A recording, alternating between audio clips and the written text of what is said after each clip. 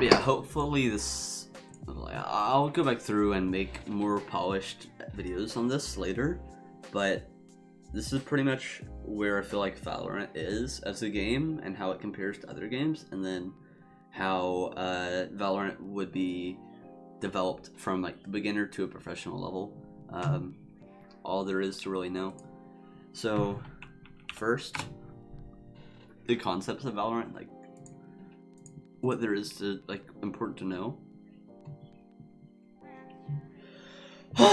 So much talking. Okay, so in Valorant, first let's look at CS:GO, since that's the game that's most commonly compared to. In CS:GO, you had both teams start at 4K, economy, and a pistol round. We'll actually delete that crap and say pistol. Versus a 4K pistol round. And so Valorant is the exact same way in the sense of like each team. Hey J-Chubs, welcome back to the stream below. So Valorant is the exact same way as CS is. Both games have like a 4K pistol round around 0, but the difference comes in whenever what happens after this round. So in CS, both teams have the exact same advantage over one another on a pistol round. Sure, you could argue some maps are a little bit more attackers or defender sided, but besides that, there's no difference in team and advantage in a pistol round. In Valorant, there is, because you can have agents like Phoenix who will, or even like, I guess like Raze is a decent example, or Sage is a really good example, where since they have free passives, they get so much value that other team comps wouldn't on an eco round or a pistol round for that matter. So Phoenix given a free Molotov that heals him, and Sage given a free heal, and then having those abilities on a 4K pistol round. So if you have, let's say, let's take a look real fast. Let's say Breach. Crap, I can't sell. Say we have Breach, Sage. Does Raze get her grenade still? She gets 1 grenade for free and it resets every 2 kills. So let's go ahead and say Raze. And we could say Jet given a free dash. But if we wanted to be a little bit more realistic with team comp, having Breach, Sage, Raze, and then we really want Omen, or we'll go ahead to Omen. I think Omen's the best example. So I think this is probably the best eco team comp in Valorant right now, because you have a free stun, free heal, free Molotov, and then free grenade, and then a free smoke. So in CS, right, having 2 smokes would be the equivalent of 600, and then a grenade equivalent of 300, then Molotov being 600. Heal, we'll just say, what is it? I mean, there's no price on it. Right, we'll say it's a Molotov. Just because it's whatever. We'll just go ahead and say heal is 300, even though it's probably worth more. And then the stun, we'll just say a flash, which is 200, I believe, in CS. So if you look at it this way, that's 6, 12, and then 8. So that's 2,000. So a team with this team comp actually has $6,000 to work with on the pistol round, because they're given $2,000 worth of free utility. But the drawback for that and these agents is like the grenade, the Molotov, and whatever aren't as good as bot abilities for other agents. So if you look at someone like Brimstone, the 3 smokes that he's gonna get are better than Omen smokes immediately and like upfront, because they last 4 seconds longer. They're better in the sense of they deny vision, and they can go down instantly with the same range as Omen smokes. So a team that is, I'm not gonna write them out, but let's just say Brimstone with, I'm not even gonna worry about it honestly. because I don't think the game's like that developed enough to have polar opposite teams. But as of right now, we can say that this is the best eco team comp because they're given so much free value. So unlike CS:GO in the pistol round, where it's 4,000 to 4,000, we have a team with 4,000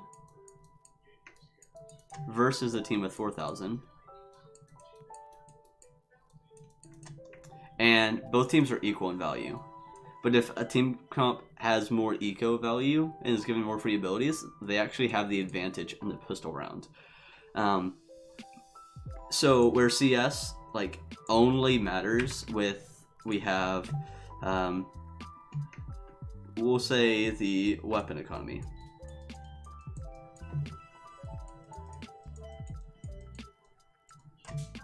So the weapon economy, that's all CS:GO has. And then we add in the team comp.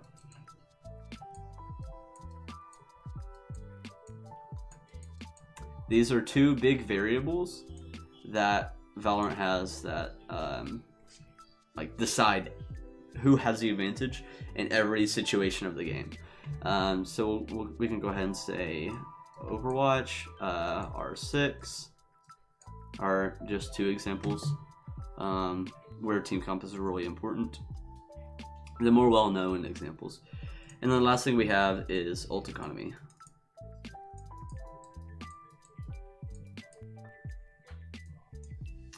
And so that would be Overwatch. Rainbow Six doesn't have ultimates. Oh, CS:GO doesn't have Overwatch or ultimates either.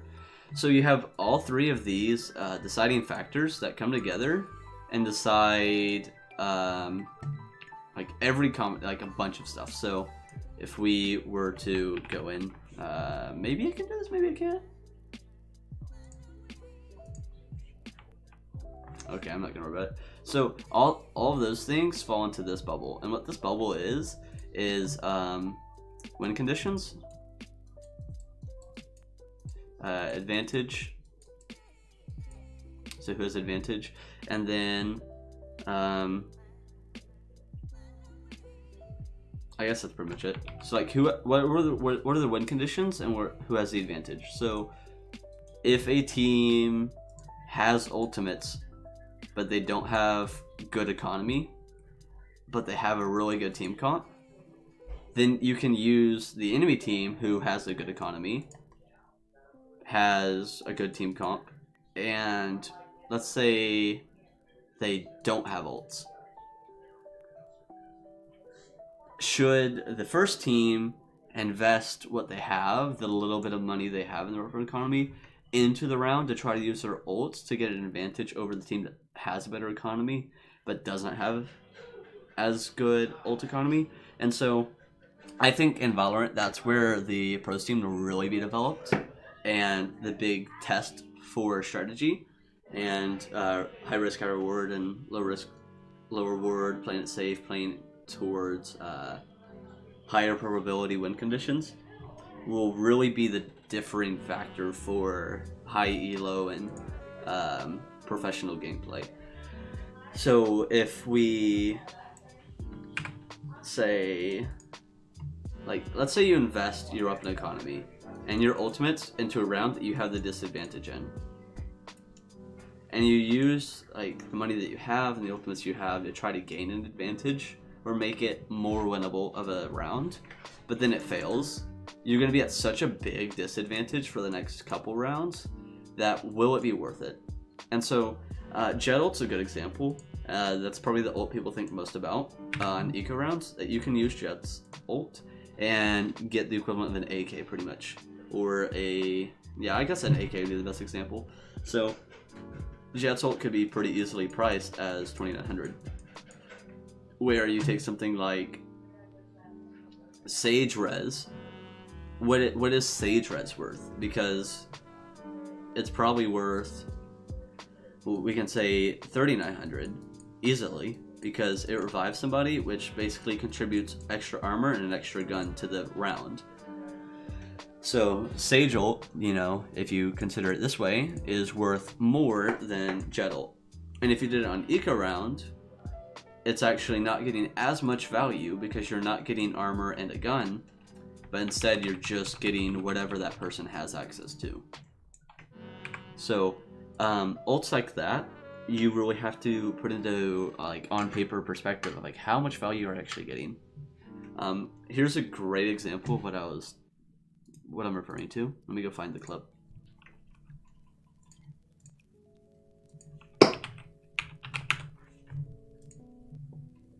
So NV player Taimu posted this clip from tournament on Valorant, and I thought it was an awful play. Awful, like absolutely horrific.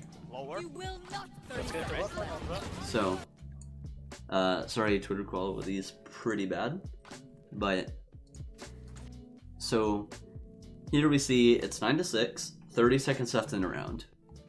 They're defending, so we see now that like the attacking team is pushing onto A site, which is completely undefended.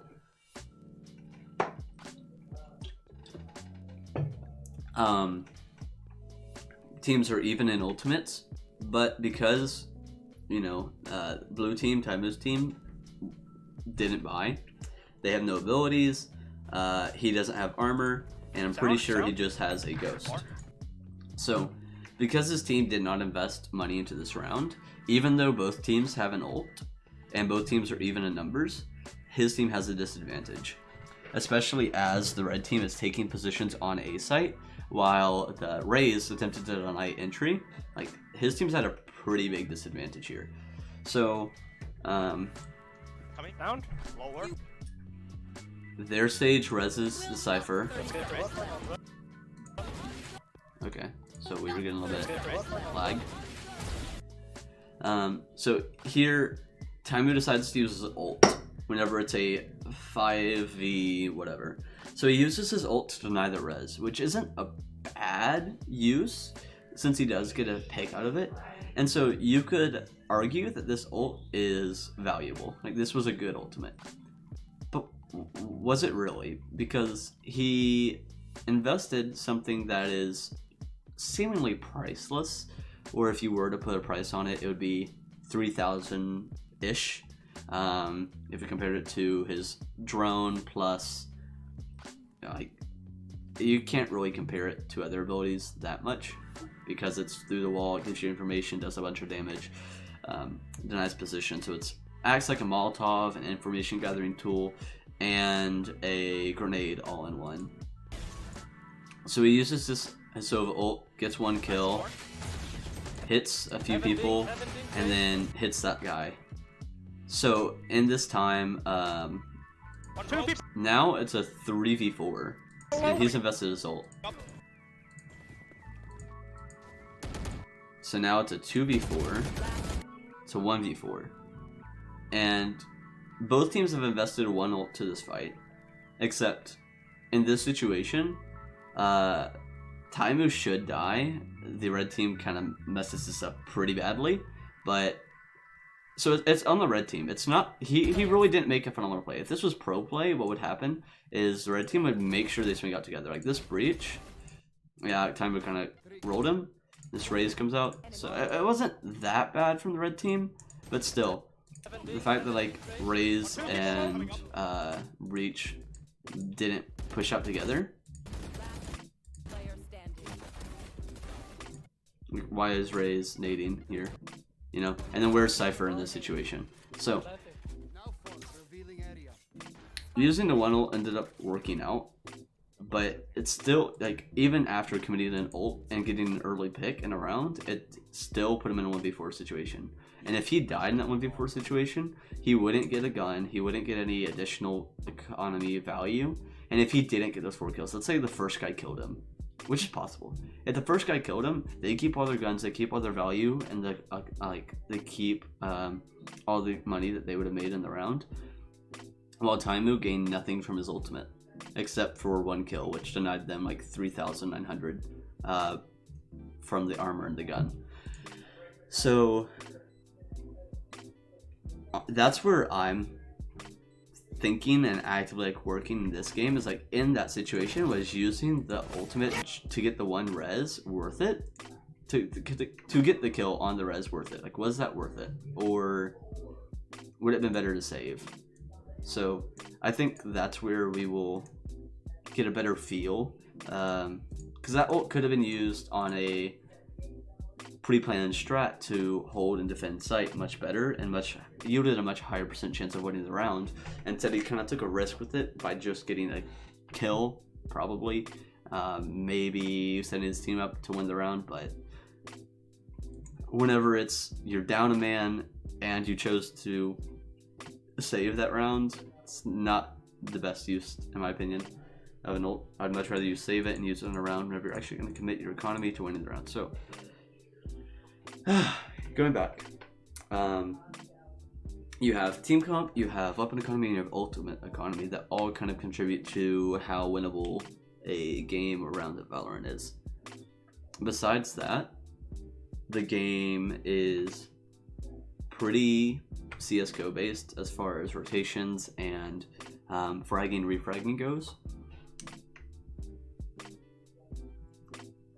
I think that the way strats work in Valorant is more heavily feeling like Rainbow Six than it would be CSGO. So in CSGO, that's just like whatever trash example, just draw a box, okay? And let's say there's a defensive position here, defensive position like here.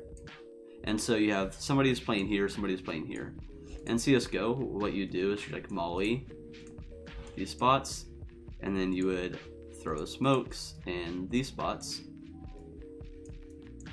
so that your team can then push up onto the bomb site and try to get bombed down while denying the defender's positions here. And then you'd have like one guy in your team like watch this angle, and like one guy, you know, maybe like hops over this and challenges and like takes that position if their Molotov ends.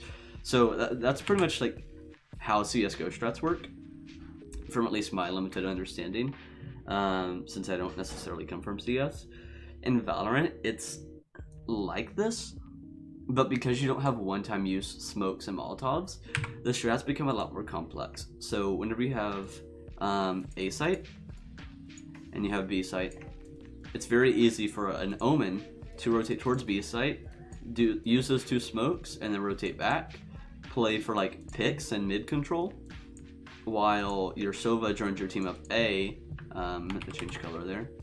While your Sova joins your team up A and engages onto A site, and then you look for the bomb plant. And then at post bomb plant, you can use your smokes as Omen to help hold position on site. And then strats aren't necessarily about taking site as much as it is to putting yourself in a position where you have like the upper hand in the entire round as far as value goes. And that's why I think having a balance of people like Brem, who can snowball economy really well with how valuable their abilities are during the round, having a really good Molotov, having a really good ult, having 3 smokes, and the stem, which probably would get buffed or changed a little bit upon release. That's my assumption. Or even someone like Sage, who gets a really good value on like eco, and then like later still gets pretty good value with their abilities. And then Brem, and then Omen, or a better example than Omen would probably be Phoenix, who gets a free Molotov, and then his abilities cost 600 total, 200 for the wall, and then 200 for each flash. That's fairly cheap, and even if you can't afford one or the other, you still get a free Molotov, while also being able to self-heal. So, of course, team comps will come mostly down to strats, but then like your ability to take sites and bait sites and push as a team and take those objectives. But I think having a strong, like an ability to have a strong economic team, a team that like manages their economy well.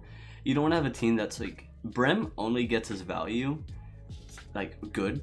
Like, so if Brim can't afford 3 smokes, Omen's better, because Omen has 2 smokes and then he gets more.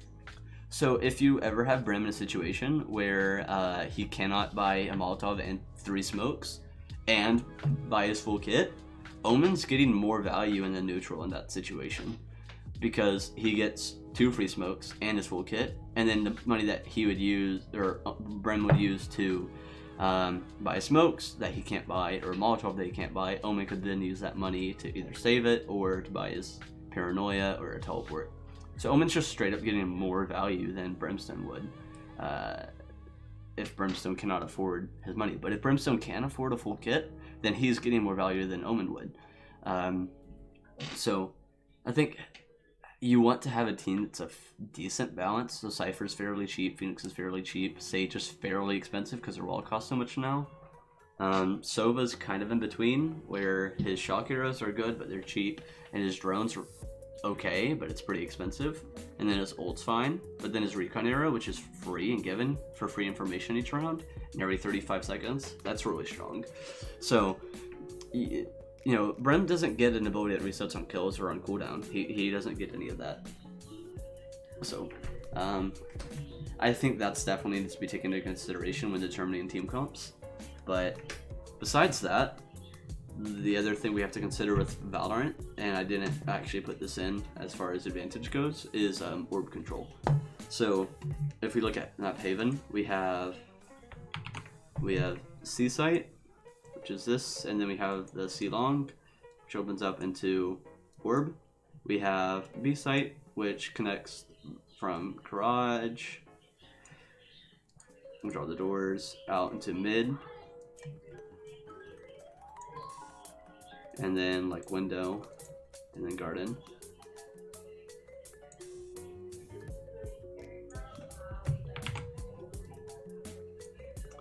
So, and then we have C site, which is,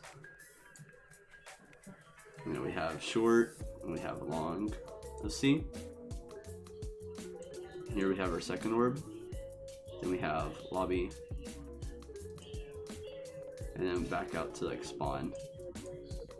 So the orbs in most of the maps are pretty attacker sided, where the attacking team that spawns here versus the defending team that can at most be up here.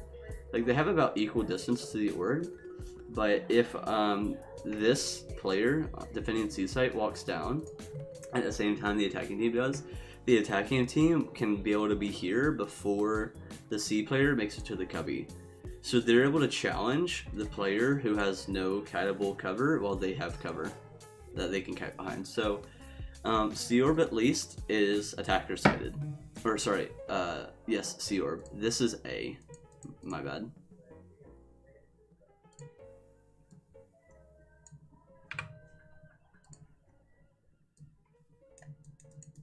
And then A orb, the defending player can actually make it to these bookcases. They can make it to this position before the attacking team pushes through this wall and around the corner. Because it's from here. No, actually, it's from like up here to where the arrow is versus here to like here. And so it's poorly drawn, but this distance is actually shorter than this distance, or you can move to it quicker.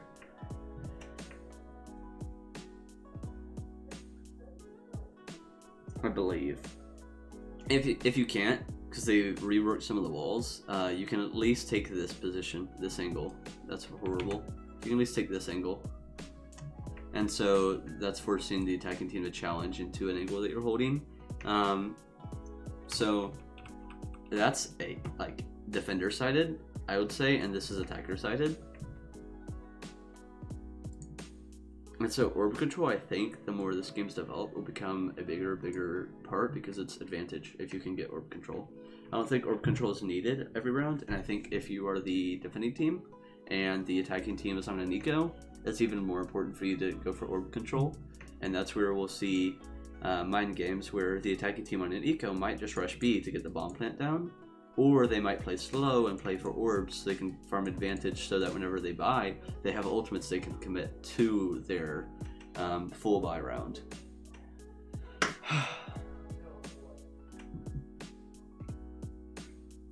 that's another example of how I see Valorant developing and the game itself. With new agents coming in, last thing I want to look at, maybe last thing, maybe not. We have team comps in Valorant, so the things that add value to a team comp, we have cost. We already talked about that. How Omen is cheaper and gets easier, like cheaper value than Brim does, but Brim gets more value if you have the money for it. So cost goes into a team comp. Then you have information. In Rainbow Six, you have drones that you can prepare, scout the enemy defenses, and use that time to plan a coordinated attack to counter the enemy's defenses. So information is extremely important in tech shooters. The thing with Siege, though, was it was the whole game made around information. The defenders had house cameras they could use to see where the defenders are entering from, and the attacking team had drones they could use to scout. And then we had operators. Are they operators? Yeah, it's an operator in Rainbow Six who had gadgets that were additional cameras or could prevent one team's ability to get information. And that was we would have metas that were heavily information reliant when it all was about information or information denial. So information is a big part of a team comp. How expensive it is to costly, because in Rainbow Six you don't have an economy. In Overwatch you don't have an economy. That determines an agent's ability to use their abilities to engage. So cost matters a lot. It's similar to CSGO, where there's some maps where you want to run 2-3 ops. And if you want to have that strat, it's going to be a lot more costly than preparing a team and strategizing to have a lot of strength in your eco pushes, and you're getting more early game value and denying the other team's ability to get those ops. That's not a viable strategy, because they can just save and get the ops and then you lose because you don't have the ops yourself. But I think that's the closest example I can give when it comes down to determining how costly a team comp is. So we have information, we have cost, and then we have I would call it control. Control being things like Brimstone, like Sage, who have a lot of entry denial. I think another really good example is possibly Breach, because of his stun and his ultimate. He has a lot of abilities that can force people off of positions with his the damage beam that he has. I always forget the name of it. That hard takes positions for 200, 300. I don't know how much it costs, 2 or 3. So it's pretty good value. So we have information and control, and then we also have, last one is offensive value. So we'll just call it damage. That's horrible.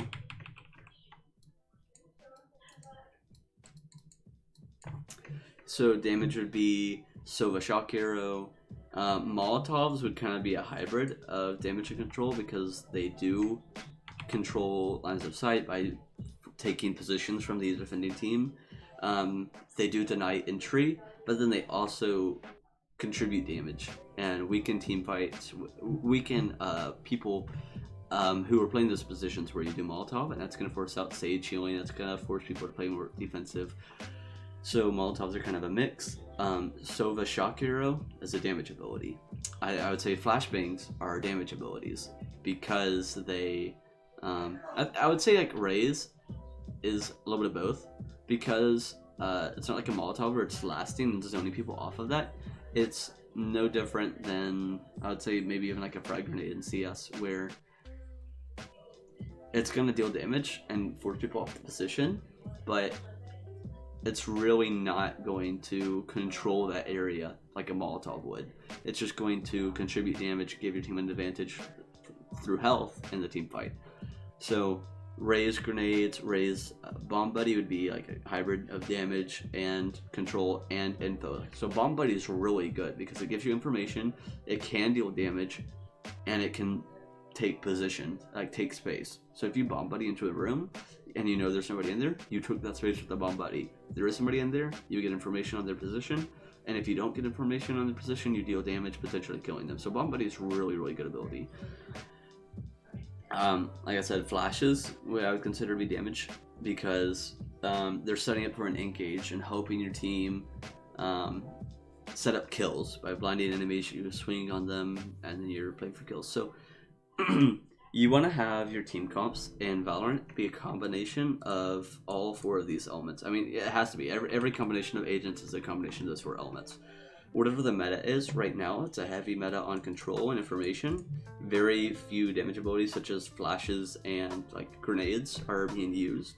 The main meta for people right now in Valorant is having a lot of smokes and entry denial, because tac shooters aren't used to entry denial. There's no slows in Rainbow Six. I mean, there is gridlock, but that's it, I think. There's also mines that slow and damage you, goo mines, Legion goo mines. So that's 2 examples of slow. But there's a lot of entry denial, but there's no slows besides those 2. There's no cost in Rainbow Six, but there is a lot of abilities and gadgets that deal damage in Rainbow Six. So in Rainbow Six, if you had all damage, yeah, you probably have a higher like amount of kills than most teams in Rainbow Six have. So your like kill average would be higher than most teams, but would you be getting wins off of that is the question. So you probably have more rounds where you're getting kills that another team that's more focused on information and control wouldn't be getting. But if it's not winning you maps, it doesn't matter. So the thing with Valorant is what we're gonna have to discover and develop whenever the game comes out is what's the most important factor of Valorant. Control's really, really good, and especially with the maps that we have, there's so many angles that the defending team can hold that and it depends on the map as well. If you are able to hey fine, like, how's it going? I'm big braining right here on Valorant. So if you have like a heavy control comp, you can take space really easy, and you have information that sets up for kills. So if you have like damage as your primary factor of like a team comp, so you have like Phoenix, Raze, and Breach with, let's say, Sage and Brimstone, you have pretty heavy like damage, and the control would be your second. So you're using Sage and Brimstone and a little bit of Breach to have super aggressive engagements that are going to get you quick kills and advantage on the bomb plant. And that's actually not, like, that's a fairly cheap team comp as well, because, you know, you have Breach's free ability, you have Sage's free ability, you have Raze's free ability, you have Phoenix's free ability. So that's a pretty economically cheap team comp. So you have a higher % chance of winning the pistol round with that team comp on an aggressive push than a team comp that's more like Sova Cypher would, because while they have free abilities, they're not going to be able to combat the flashes and smokes and stuns and Molotovs that are going down and grenades that are being thrown to combat their information gathering and entry denial abilities. Right, if Sova knows where you are, that's cool. Whatever bomb buddy, a flash and grenade and freaking Molotov lineups go out onto your site, what are you gonna do? That's a lot of talking.